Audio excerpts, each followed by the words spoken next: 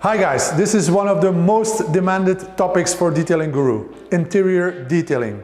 The team provided me with a used and abused car, so it's not always fancy and supercars, and they promised me plenty of surprises. I'm actually not really ready for it, I hope you are, but I'm always in for a challenge. So let's start the process.